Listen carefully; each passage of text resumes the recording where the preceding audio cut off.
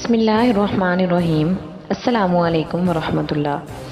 اللہ تبارک تعالیٰ نے ہمیں زندگی گزارنے کے جو طریقے سکھائے ہیں اس میں ہمارے ظاہر اور باطن کا فائدہ ہی فائدہ ہے۔ ان طریقوں میں ایک طریقہ شکر گزار ہونا ہے، نعمتوں کا قدردان ہونا ہے، اور یہ شکر گزاری ہم پر لازم بھی ہے، اور اس شکر گزاری کا فائدہ بھی ہمیں ہی پہنچتا ہے۔ قرآن پاک میں اللہ تعالیٰ فرماتے ہیں وَمَن شَكَرَ فَإِنَّمَا يَشْكُرُ لِنَفْسِهِ کہ جو شکر کرتا ہے وہ اپنے ہی فائدے کے لیے کرتا ہے۔ شکر کا فائدہ سراسر انسان کو ہی ملتا ہے، کیونکہ اگر انسان شکر کرتا ہے تو اس کی نعمتوں میں اضافہ کر دیا جاتا ہے، اور یہ تو ہم میں سے ہر شخص کی خواہش ہے کہ ہماری نعمتوں میں اضافہ کر دیا جائے۔ اور اللہ تعالیٰ نے خود فرمایا ہے لَإِن شَكَرْتُمْ لَأَزِيدَنَّكُمْ وَلَإِن كَفَرْتُمْ إِنَّ عَذَابِي لَشَدِيدٌ، اور اللہ ہی ایسا شکور ہے جو شکر کیے جانے کا سب سے زیادہ حقدار ہے، کیونکہ ہمیں سب سے زیادہ نعمتیں اللہ تبارک تعالیٰ کی طرف سے ملی ہیں، اس لیے سب سے زیادہ شکر بھی اللہ کا ہی ادا کرنا ہے، اور اللہ ہی حقیقت میں انسان کا قدردان ہے۔ انسان کے چھوٹے چھوٹے عمل پر بھی وہ بہت بڑی جزا دیتا ہے۔ ہمیں جو ملا ہے اللہ تعالیٰ کی طرف سے ملا ہے، لیکن اکثر ایسا ہوتا ہے کہ کچھ نعمتیں ہمیں ملتی ہیں لیکن پھر ہم سے چھن جاتی ہیں، کیونکہ ہم ان کی قدر نہیں کرتے، ہم ان کا شکر ادا نہیں کرتے، اور جو شکر ادا نہیں کرتا اس کے بارے میں اللہ تعالیٰ نے خود کہا کہ جو ہے اس سے نعمتوں کو لے لیا جائے گا۔ وَلَئِن كَفَرْتُمْ إِنَّ عَذَابِي لَشَدِيدٌ کہ اگر تم کفر کرو گے، اگر تم ناشکری کرو گے تو میرا عذاب بہت سخت ہے، اور اس عذاب کے بدلے میں اللہ تعالیٰ نعمت کو چھین لیتے ہیں۔ ہمارے بزرگوں کا وتیرہ تو یہ تھا کہ اگر ان کے گھر میں کوئی ان کا اگر کوئی نقصان بھی ہو جاتا تھا تو اس پہ بھی وہ شکر ادا کرتے تھے، اور ہر ایسی آزمائش کا، ایسی مصیبت کا شکر ادا کرتے تھے کہ جو ان کو اللہ کے در پہ لے آتی تھی، جو ان کو دعائیں کرنا سکھا دیتی تھی۔ جیسا کہ ایک بزرگ کے بارے میں آتا ہے کہ ان کے کسی دوست نے آ کر ان کو بتایا کہ میرے گھر میں چور آئے اور وہ سارے کا سارا سامان لے گئے، تو بزرگ جو تھے وہ کہنے لگے الحمدللہ۔ اس پر وہ جو دوست تھا ان کو بڑا وہ عجیب سا لگا، انہوں نے کہا کہ کمال کی بات ہے، میرے گھر میں چور آ کے میرا سارا سامان لے گئے اور آپ الحمدللہ پڑھ رہے ہیں۔ اس پر وہ کہنے لگے بزرگ کہ شیطان دل میں آ کر ایمان تو نہیں لے گیا نا، چور گھر سے سامان ہی لے گیا ہے، مصیبت آئی ہے، معصیت تو نہیں آئی۔ تو اس طرح سے ان کا جو تھا وہ ایک انداز تھا، اور وہ ہر چیز پہ شکر ادا کرتے تھے، اور یہی وجہ تھی کہ اللہ تعالیٰ نے پھر آسانیاں اور رزق اور ہر چیز جو تھی وہ زیادہ سے زیادہ بزرگوں کو عطا کی تھی۔ تو جب بھی ہم کسی بھی نعمت کا شکر ادا کرتے ہیں تو اللہ تعالیٰ اس میں اضافہ کر دیتے ہیں، وہ بے شک رزق ہو، وہ آسانیاں ہوں، وہ علم ہو، وہ خوشی ہو، جب بھی ہم کسی نعمت کا شکر ادا کریں گے اس میں اللہ کی طرف سے زیادتی ہو جائے گی۔ اگر ہم اللہ کی نعمتوں کو شمار کرنا چاہیں تو نہیں کر سکتے۔ ہم دور نہ جائیں، اپنے جسم کو دیکھیں، آنکھ، کان، ناک، دل، دماغ، پاؤں،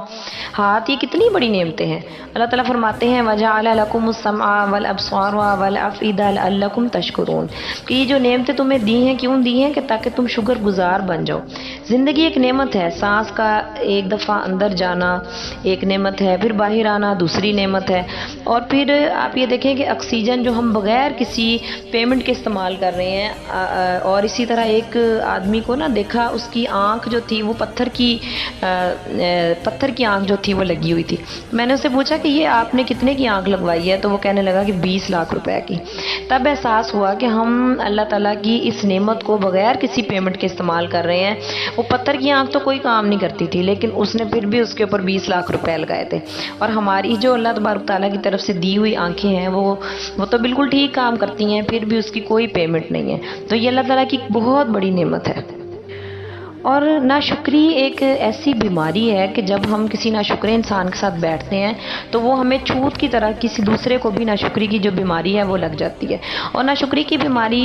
لگنے کا سب سے بڑا نقصان یہ ہے کہ انسان شکوہ، شکایت، گلے کی بیماری بھی اس کو لگ جاتی ہے، شکوہ کرنے کی، شکایت کرنے کی، پھر اس کے بعد سب سے بڑی بیماری اس کو مایوسی کی لگ جاتی ہے کہ وہ مایوس ہونا شروع ہو جاتا ہے، نا امید ہونا شروع ہو جاتا ہے، اور ناخوش رہنا شروع ہو جاتا ہے، جس کا بہت بڑا نقصان ہے۔ شکر کرنے والا جو انسان ہوتا ہے وہ آپ دیکھیں گے کہ ہمیشہ کوآپریٹو ہوتا ہے، ہمیشہ آسانیاں دینے والا ہوتا ہے، اور ہمیشہ جو ہے وہ ہوپ فل ہوتا ہے، ہمیشہ اس کو امید رہتی ہے۔ تو کسی سے امید کا کھینچ لینا یہ بھی بہت ہی بہت سخت گناہ بھی ہے، اور بہت برا عمل ہے کہ آپ نے کسی سے امید کو ہی چھین لیا۔ اب جو یہ ناشکری کی عادت ہے اس کو ہم کس طرح سے اپنی زندگی سے ختم کر سکتے ہیں اور کیسے ہم اللہ کے شکر گزار بندے بن سکتے ہیں، اس کے لیے ہمیں تھوڑی سی پریکٹس کرنی پڑے گی۔ جیسے ہم کسی بھی جسمانی بیماری کو اپنے سے دور کرنے کے لیے کوئی میڈیسن یوز کرتے ہیں، کوئی ایکسرسائز کرتے ہیں، اسی طرح جو ہماری روحانی بیماریاں ہیں جیسے ناشکری کرنا ہے، اس کے لیے بھی ہمیں کوئی نہ کوئی پریکٹس کرنے کی ضرورت ہے، کوئی نہ کوئی ایکسرسائز کرنے کی ضرورت ہے۔ دیکھیں، اگر ہماری زندگی میں کچھ برا ہوا ہے، فار ایگزامپل ہماری زندگی میں اگر ہم سے کسی نے ہمارے ساتھ برا ہوا ہے، تو ہم وہ وقت دیکھ لیں کہ کتنا ایک وقت ہمارے ساتھ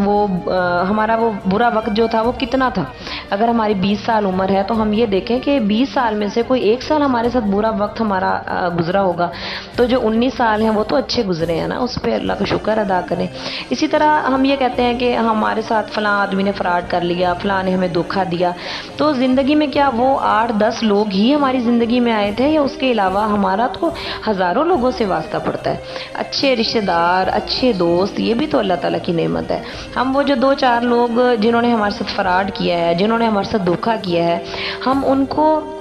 لے کے بیٹھ جاتے ہیں اور اسی پر ہی رونا دھونا شروع کر لیتے ہیں، اور جو اللہ تعالیٰ کی ہمیں اتنے اچھے لوگوں سے جو اللہ تعالیٰ نے ہمیں ملوایا ہے، یا جو اچھے رشتہ دار یا اچھے دوست ہیں، ان ہزاروں کو چھوڑ کے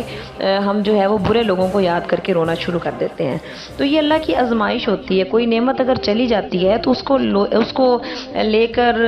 رونے سے بہت بہتر ہے کہ جو باقی نعمتیں ہیں ان کو ہم یاد کریں، ان کو نہ بھولیں۔ کہ ایک نعمت چلی گئی تو اس کو ہم نے یاد کر کے رونا شروع کر دیا، ایسا بالکل بھی ٹھیک نہیں ہے۔ اور اسی طرح ہمیں جو ہے وہ شکر کی طرف لانے کے لیے ایک پریکٹس یہ بھی کرنی ہے کہ کبھی کبھی ہم قبرستان چلے جائیں۔ قبرستان میں جا کے وہاں جانے سے زندگی کی اصل حقیقت جان سکتے ہیں کہ ہم کیا ہیں، ہماری اوقات کیا ہے، ہماری حسرتوں، ہماری خواہشوں اور ہماری سماجی، معاشرتی اور معاشی ترقی کی حیثیت کیا ہے، اور ہماری نفرتوں، ہماری رکاوٹوں اور ہماری دشمنیوں کی اصل حقیقت کیا ہے۔ مہینے میں ایک بار اگر ہم ان جگہوں کا وزٹ کریں، اگر ہم ایک دفعہ قبرستان چلے جائیں، تو ہمیں اپنی اوقات سمجھ میں آ جائے گی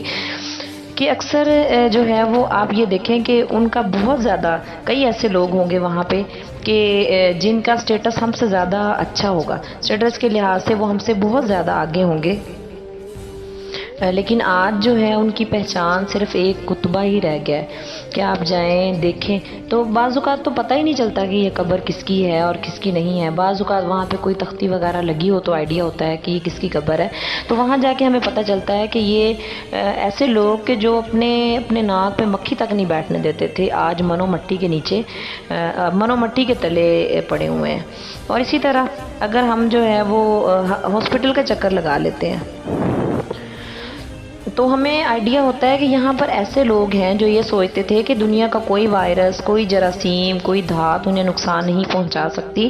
لیکن پھر ایک دن زندگی ان کے لیے عذاب بن جاتی ہے۔ ان کے پاؤں، ان کے ہاتھ، ان کی آنکھیں، ان کے کان، ان کا جگر، ان کا دل و دماغ، ان کے گردے ان کے ساتھ بے وفائی کر جاتے ہیں، اور یہ اپنے ٹھنڈے گرم محلوں سے نکل کر ہاسپٹل کے جو بدبودار کوریڈورز ہوتے ہیں ان کے مسافر بن جاتے ہیں۔ تو اب ہسپتالوں کی پرائیویٹ وارڈز، مہنگے پرائیویٹ ہسپتالوں کا اگر ہم چکر لگاتے ہیں تو ہمیں پتہ چلتا ہے کہ وہاں پہ ہمیں ایسے لوگ ملتے ہیں کہ جو مہنگے سے مہنگا ڈاکٹر اور قیمتی سے قیمتی ترین دوا خرید سکتے ہیں، لیکن اس کے باوجود یہ بے بسی کے عالم میں ہسپتالوں میں پڑے ہیں۔ کیونکہ انسان ڈاکٹر اور دوا تو خرید سکتا ہے لیکن شفا نہیں خرید سکتا، اور یہ لوگ قدرت کے اس قانون کے قیدی بن کر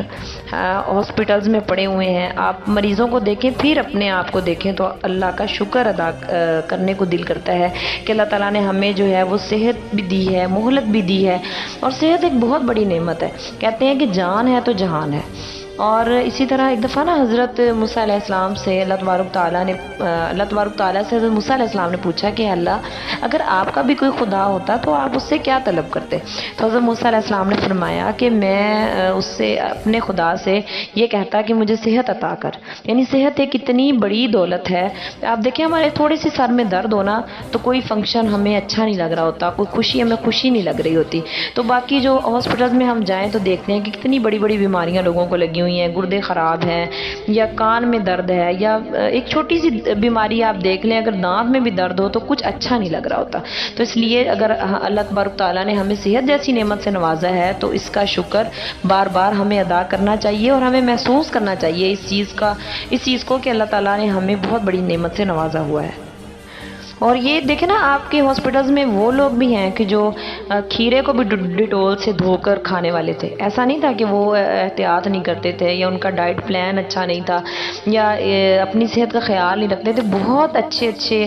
اپنی یعنی اپنا خیال کرنے والے لوگ بھی ہاسپٹلز میں موجود ہیں, لیکن وہ اللہ تعالیٰ کے حکم کے سامنے بے بس ہو چکے ہیں. اسی طرح اگر ہمیں ناشکری کا کوئی بھی عنصر پیدا ہو جاتا ہے تو ہم جیسے قبرستان میں گئے ہیں, ہاسپٹلز میں گئے ہیں, اگر اسی طرح جیلوں کا چکر بھی ہم لگایا کریں. اب دیکھیں کہ وہاں ایسے سینکڑوں ہزاروں لوگ ملیں گے جو کبھی ہماری طرح آزاد پھرتے تھے. یہ رات کے 3 بجے کافی پینے نکل جاتے تھے, سردیوں کی ٹھنڈی ہواؤں کو انجوائے کرتے تھے, لیکن یہ کسی دن کسی اپنے حیوانی جذبے کے بہکاوے میں آ گئے, یا کسی کمزور لمحے میں بہک گئے, یا تیش میں, عیش میں, یا پھر خوف میں انہوں نے کوئی ایسی غلطی کر دی کہ جس کی پاداش میں یہ لوگ سلاخوں کے پیچھے پہنچ گئے, اور یہ اب جیل کے معمول کے مطابق زندگی گزارنے پہ مجبور ہیں. سزائے موت کے قیدیوں سے بھی ضرور ملیں. اس سے کیا ہمیں احساس ہوتا ہے, ان سے مل کے ہمیں یہ احساس ہوگا کہ ہم لوگ رقابت کے جذبے کو ایک لمحے کا سکھ دینے کے لیے, اپنی انا کو جو ہے وہ ایک گنے کے رس کا ایک گلاس پلانے کے لیے, ہم 1 منٹ کے لیے اپنی ناک کو دوسروں کی ناکوں سے بلند رکھنے کے لیے, ہم دوسروں کی ضد کو کچلنے کے لیے بعض اوقات ایسی غلطی کر بیٹھتے ہیں کہ موت بھی ہم پر ترس کھانے سے انکار کر دیتی ہے. اور وہ ایسے لوگ ہیں کہ جو جیل کی سلاخوں کو پکڑ کر اللہ سے معافی مانگ کر دن کو رات اور رات کو دن میں ڈھلتا ہوا دیکھتے ہیں, اور لیکن جو ہے وہ ان کی سزائیں پوری نہیں ہوتی. تو جیل کے قیدیوں کو سلاخوں کے پیچھے کھڑے ہو کر اگر ہم دیکھیں کہ وہ اپنے بچوں کو کس طرح حسرت سے دیکھ رہے ہوتے ہیں, ان کی کانپتی ہوئی ان انگلیوں کو دیکھیں جو اپنے بچوں کے لمس کو ترس گئی ہیں, ان کے بے قرار پاؤں دیکھیں جنہیں آزادی کا احساس چکھے ہوئے کئی برس بیت گئے ہیں, اور ان کی آنکھوں میں تیرتے ہوئے ان رت جگوں کی فصلیں بھی دیکھیے جو انہوں نے اپنی غلطی, اپنی کوتاہی, اپنے جرم پر معافی مانگ کر اکائی ہیں, لیکن قدرت یہ فصل کاٹنے پہ راضی نہیں ہو رہی. ان لوگوں کو دیکھیے, اپنے اوپر نگاہ ڈالیے, اور پھر یہ سوچئے کہ آپ پر بھی دن میں ایسے سینکڑوں ہزاروں کمزور لمحے آتے ہیں. ہم بھی لالچ کے بہکاوے میں آ جاتے ہیں, ہم بھی غرور و تکبر کے ماؤنٹ ایورسٹ پہ چڑھ جاتے ہیں, لیکن پھر بھی اور دوسروں کی زندگیوں کو کھیل بھی بناتے ہیں. پھر بھی اللہ تبارک تعالیٰ نے ہم پر کتنا کرم کیا ہوا ہے کہ ہم نے کوئی ایسا سٹیپ نہیں لے لیا کہ جس کی وجہ سے ہمیں جیل میں جانا پڑ جائے. اور بعض لوگ تو ایسے ہوتے ہیں جو بالکل قانون کا احترام کرنے والے ہوتے ہیں, اور اپنی لائن میں گاڑی چلانے والے ہوتے ہیں, اپنے گھر سکون سے سوئے پڑے ہوتے ہیں, لیکن پھر بھی کیا ہوتا ہے کہ وہ بے گناہ ہونے کے باوجود قانون کے نہ کھلنے والے, نہ ٹوٹنے والے دانتوں میں پھنس گئے ہیں. ایسے لوگ بھی ملیں گے